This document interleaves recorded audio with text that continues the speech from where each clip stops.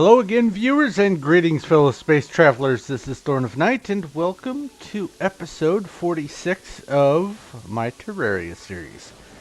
And today, I'm going to be going over a little bit of how the arena is actually set up and how I have everything organized for what I'm using so that I was able to do the Pumpkin Moon. And then later I'm going to try to do the Frost Moon. I first need to get some more of the ectoplasm though, because I have none. But real quick, first let me show you what I've got on me that has enabled me to actually do this more quickly. I have the Celestial Stone, which I carry with me all the time.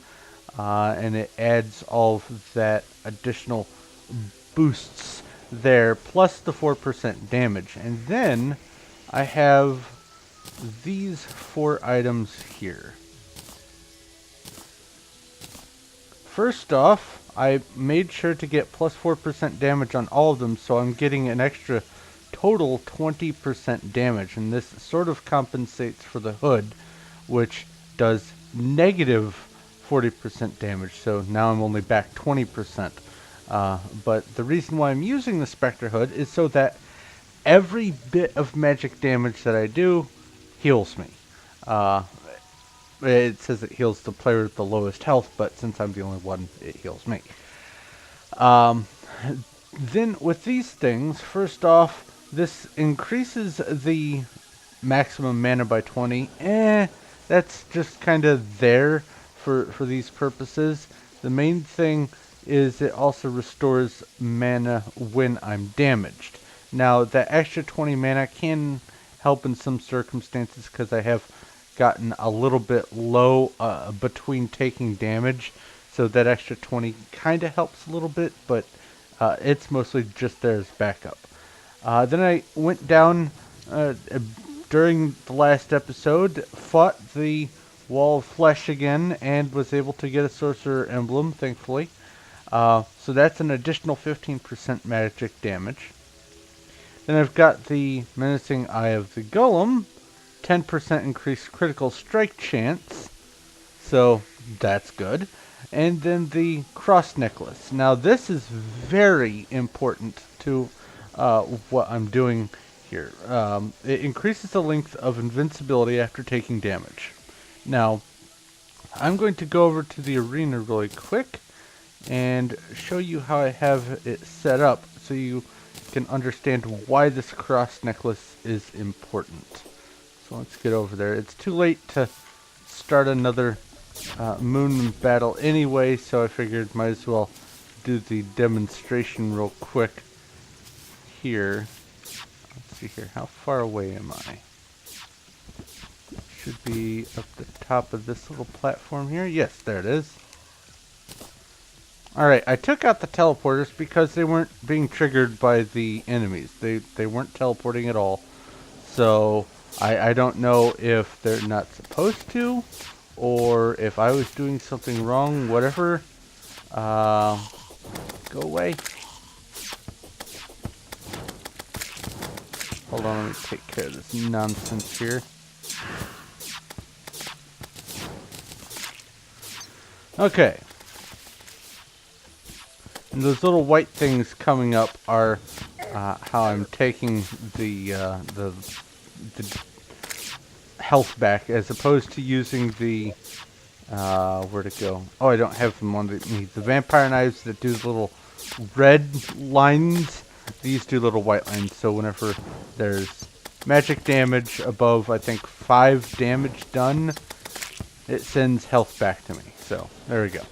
Now, I have this little platform here, and I have wires running here, up through there, and all the way across over, likewise, to these guys. The ones that I'm walking on, the horizontal ones, these are spike traps. And the vertical ones are a combination of fire and dart traps. So let me go ahead and turn this on. Oh, before I turn it on, I also have 6 of these little heart statues, which are the key in being able to get the additional boost in health every so often. Also, I have this crystal ball which adds a certain amount of magic damage. I don't know the number off the top of my head. And obviously I've got a clock here so I can see what time it is down there and keep track of all that. Now, if I hit this lever, all kinds of things start happening. Spike balls start dropping, darts start shooting, and yes, they are offset from each other. That's on purpose. But there's the fire going and all that kind of stuff, and I can stand here and take damage. Now, right here at the top of the rope, turn this back off. Right here at the top of the rope, I have a spike, and normally it does a pretty fair and pretty quick amount of damage. So let me just swap over this one thing here over to the cross necklace. Look how much slower I'm taking the damage. Add to that the damage that I do from this bat scepter, which I got from the pumpkin moon that I just fought at the end of the last episode, and I'm able to get a lot more health back than with the leaf blower. So that's an upgrade there. I was able to upgrade to that after a few fights. I'm also using the rainbow gun so that I can have a beam that goes up and does constant damage, and I'm able to also swap over to do other things. I've got the Nimbus rod so I can have the rain going, and that deals a pretty fair amount of damage. And then periodically I will also switch over to using the magnet sphere. All of it combines to me doing a whole bunch of damage, especially when I've got the additional potions, the magic powered potion, the thorns potion for when I get hit. Iron skin helps me because I've lost a lot of defense when I switch out of these items here. The 4 down here that I normally keep because these add lots of defense. And then I also have the pumpkin pie. Now, all that comes together to me being able to constantly be taking in health. And that's the important thing here. Now, from what I understand, the frost moon is a little harder than the pumpkin moon, so I'm not sure if it will be as easy to beat. And by easy, I mean straightforward. It's once I'm up there, once I've started the event, it's really straightforward. But one more thing here, the rope that I have down here is because once I take off all of this stuff, including the Ankh shield, my mobility goes down. And for instance, with the knockback, I have to tether myself to this spike so I can not get bumped around. It helps me with not moving. Oh, and one other thing, next to the lever here, I've got a 1-second timer that goes through and triggers all these. These aren't all 1 second activated, but the 1 second timer will cycle through everything, and whatever can be activated will be.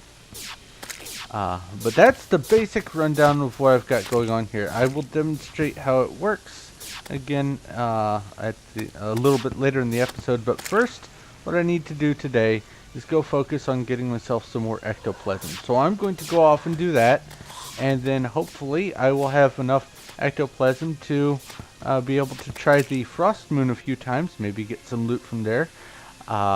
There are a couple of things from the pumpkin moon that I didn't get that I do still need to go after, but primarily I have everything that I need. Let me go back to base here. Just in case I didn't show all of the items that I was able to receive from that fight. Let's see here. Where did I put them? I put them in a chest somewhere. No, that's not it. No. Oh, right. I put them in this chest so I could demonstrate them. All right. Uh, as a side, I was able to get the guarding tabby here. So I was, with that, I'm going to actually go ahead and craft something real quick here at the beginning of the episode. But that has nothing to do with the pumpkin moon. That was just an aside from going out and getting loot. I did get a bunch of black fairy dust, and I have a stack of 20 souls of light here, so I can make the wings for that, so you can see what those look like. I have the entire scarecrow outfit, and real quick, let's see what that looks like. Go ahead and swap this out. I don't know if it adds any bonuses or anything, like any movement bonuses. Let me take this off. There we go. No, it doesn't have any sparkles or twinkles or anything like that. It's just a scarecrow outfit thing. Nothing special there. Oh well. Put this back. And I'll toss this back in here. I got a whole bunch of the spooky wood, so that means that I can probably go ahead and make a showcase. I got a discount card from a pirate invasion that happened. That's kind of rare, so I'm going to be using that for when I want to get some things from the shops in the future, because it does lower the prices significantly. I have the morning wood and the pumpkin trophies. I have the spider egg, which drops from the morning wood. Or no, that's backwards. I have the cursed sapling, which drops from the morning wood, and the spider egg, which drops from the pumpkin. And these are just cute little pets. I have a pet spider here. I think I may have demonstrated this at the end of the episode, but oh well, might as well just go over it again. I got the steak launcher with the let's see here, this over 400 steaks.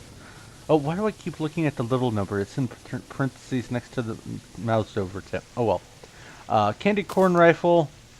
Let me go ahead and put some candy corn in here. They bounce around. That's kind of cool. Oh, I guess I should demonstrate the steak.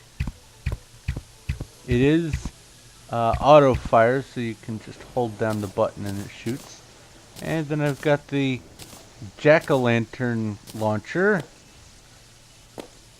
and those guys bounce around and eventually explode. There we go. So that's that. I got the raven staff, which is just another summoned pet. I was able to get the horseman's blade, thankfully.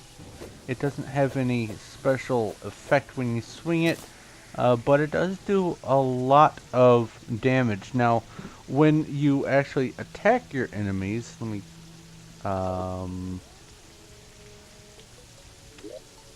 did I leave it in the chest? I left it in the chest. Let me get rid of the twins. Whoops. Get rid of the twins here. And let's go look for some trouble. Let me put this in place. Go find something to stab with this. And of course, now that I'm actually looking for something to kill, nothing's going to spawn, because that's how that works. There we go.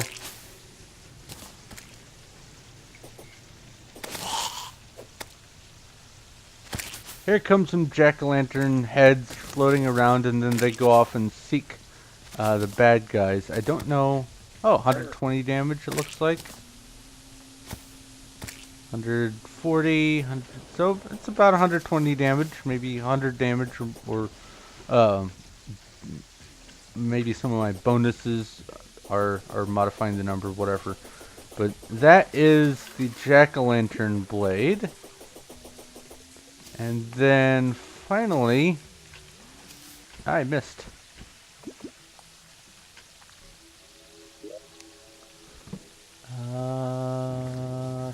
Here? What am I doing? Where's... There it is. The Papyrus Scarab.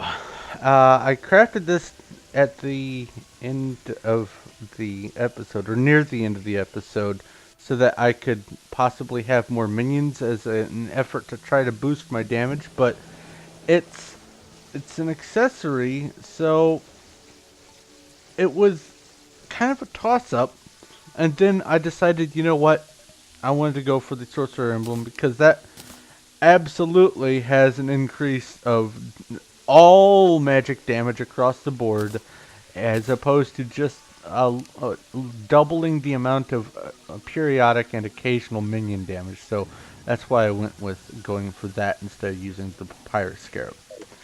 But that's just the rundown of what happened during the last episode, what I got, some of the things that I went through. But today, let's make the wings, and I think I have to be up here for the ninja outfit. Let me up. There we go. The ninja gear allows the ability to climb walls and dash, and gives a chance to dodge attacks. So let's put this on and see how this works. There's the dash. Double tapping in one direction will help you dash. And I am literally just bouncing up the wall. I'm not flying or anything like that. I'm able to just climb the wall, which this is really cool. You can switch directions like that. And I'm going to take off the wings so you can see for certain what I'm talking about here. And holding the down button will let you slide down the wall. Pretty neat, but I prefer the wings and the balloons and all that kind of stuff. There's that, and then finally, let's craft these wings. We have tattered fairy wings. See how these look.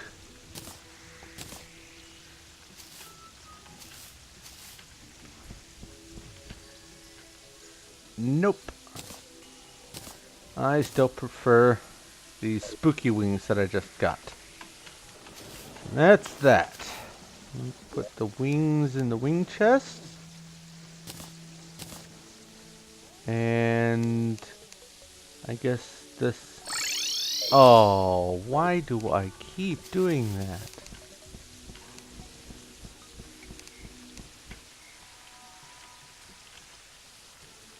Alright. This goes in here. And... Wait, you know what? I can just put this in here. Somewhere. There we go. Alright, so I'm going to go get some ectoplasm, and then it'll be time to see if I can do the Frost Moon with the gear that I currently have, and see if I need to change my setup. I hope I don't have to change my setup, but we'll find out. Anyway, I will be right back. Alright, I'm back from the dungeon. I have some ectoplasm, and I even managed to get this thing called a key brand. It's just a regular melee weapon. It does not auto swing, and as far as I can tell, it doesn't have any special effects. It just is a key shaped sword thing. So there you go. Got that over in the dungeon while I was going after some ectoplasm. But speaking of ectoplasm, I have exactly 20. So let's make some naughty presents. The naughty presents require ectoplasm, 20 silk, and the or what was that? The Souls of Fright. 5 of those apiece. Oh, and it is a blood moon. So let's get out of the house.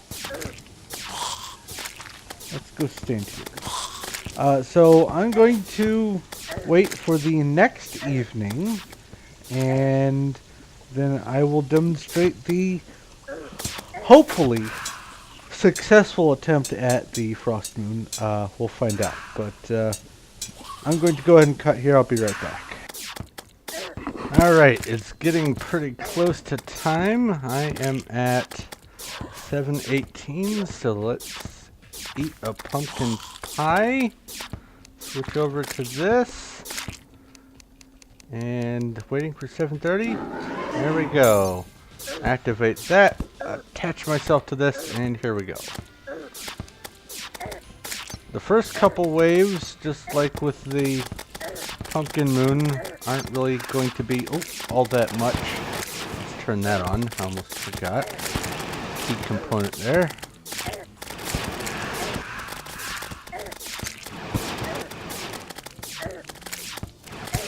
Go ahead and activate the clouds. Not doing a whole lot right now. Wave 2.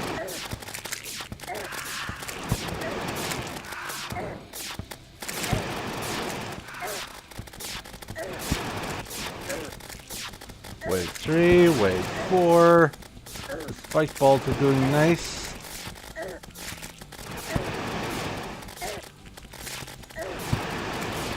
Let's see if I can do this. Oh, here comes the Everstream.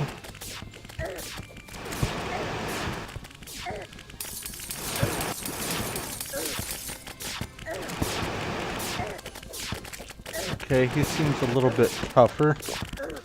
Go ahead and buff up.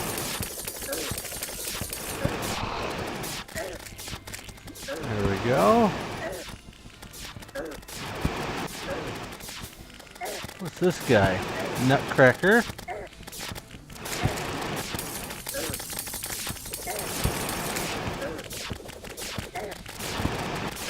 And as long as I keep taking damage, I'll keep replenishing my mana so I don't have to worry about running out. Wave 6. Let's see here. Elf Copter.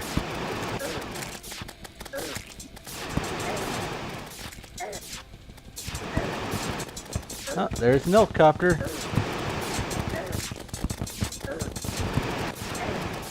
Don't know if those are going to be a problem for that or not. For the spike traps.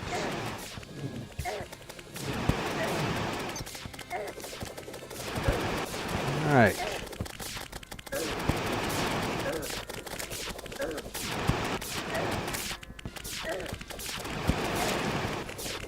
This may not be able to make it all the way to wave 15. I don't know. We'll find out. Wave 7. I don't see the moon yet, so that's good news. That means it's not quite halfway through the night.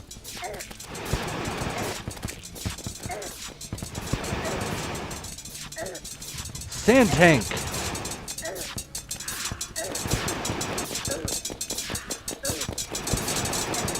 Now, that spike that I'm standing on, it takes precedence over all the other damage because I'm touching it first. And so, it's preferable to take that little bit of damage than however much this guy's going to dish out.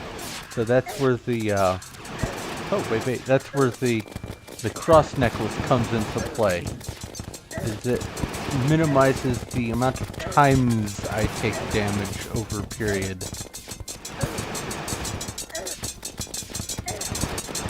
I don't like those helicopters. There we go. What on earth was that? There are presents falling from the sky. Ooh, what are you? Krampus. Well, he was pretty easy.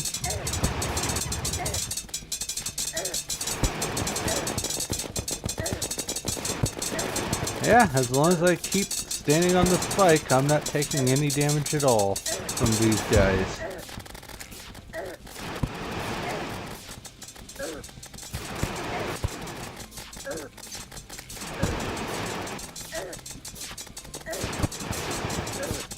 Wave 9.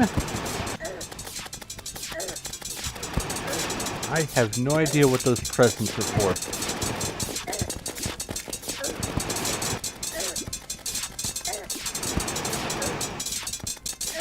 Maybe they're one of the weapons of Sand Tank. I have no idea.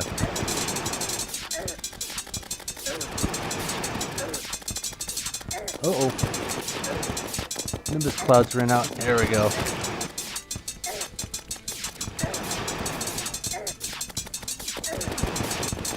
Now, I still don't see the moon. I don't know if that means it's a new moon or not. Maybe it's later in the night than I think it is. Well, let's find out. Midnight? Okay. So I still got some time. Okay, there's an Everscream.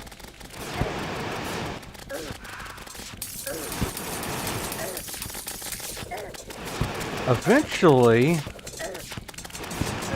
the main creature will start appearing. I don't know what wave that starts off the top of my head. Hopefully that starts happening soon. Wave 10. Oh, elf helicopter, okay. So everything we've seen so far.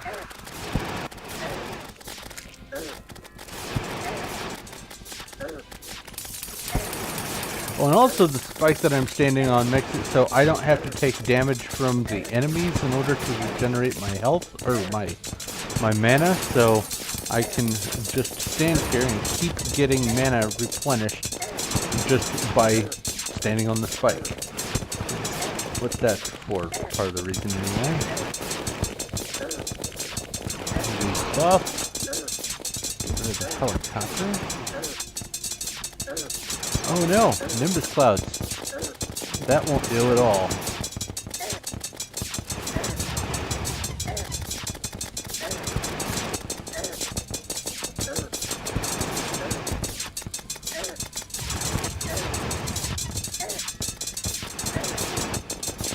Not focusing on the Nimbus clouds may have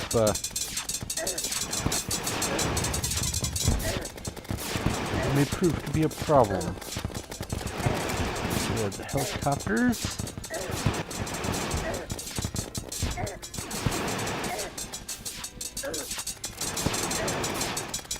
Yeah, I don't see the moon.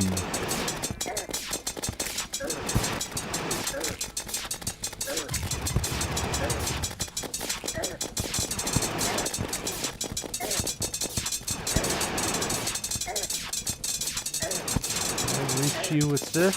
Yes, I can.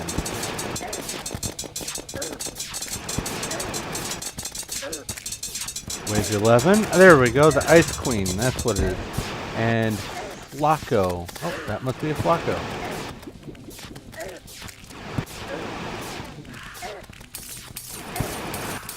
So are you going to just stand there? Okay, cool.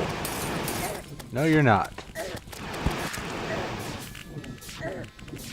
Oh, that can be a problem.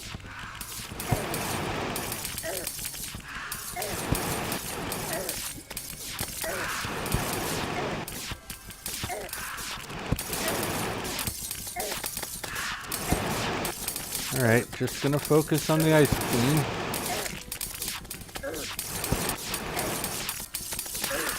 Oh, now she's just standing there. Excellent.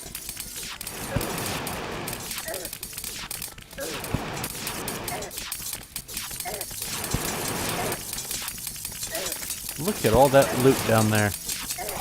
Definitely not going after it. Oh, I got something. Blizzard Staff.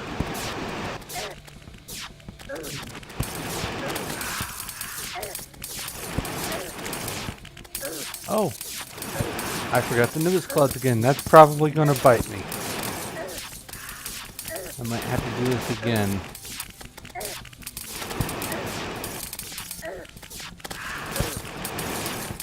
We'll find out.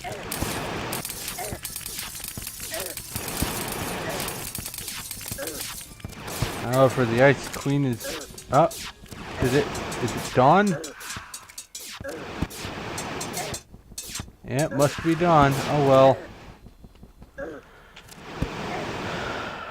Well, phooey. Looks like I'm gonna have to adjust things.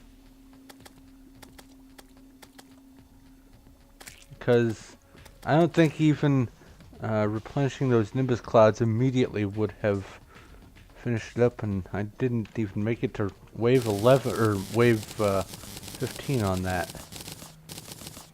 Let's see what we got. What is this? Blizzard Staff.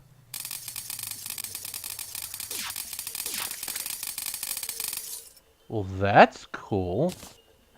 75 damage versus 67 damage.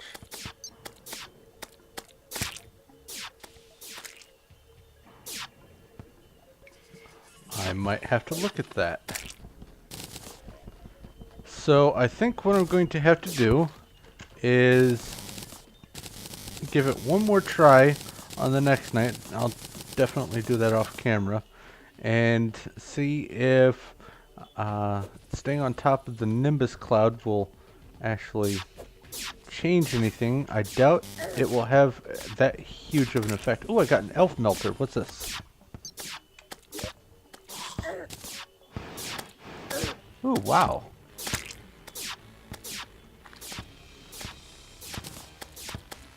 Range damage. Uses gel for ammo. Okay, that's kind of interesting.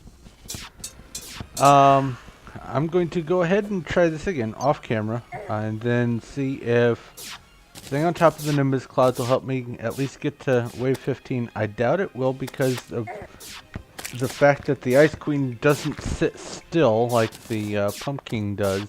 So I might have to change my approach on this, but we'll find out. So I'll take care of that off camera and I'll be right back.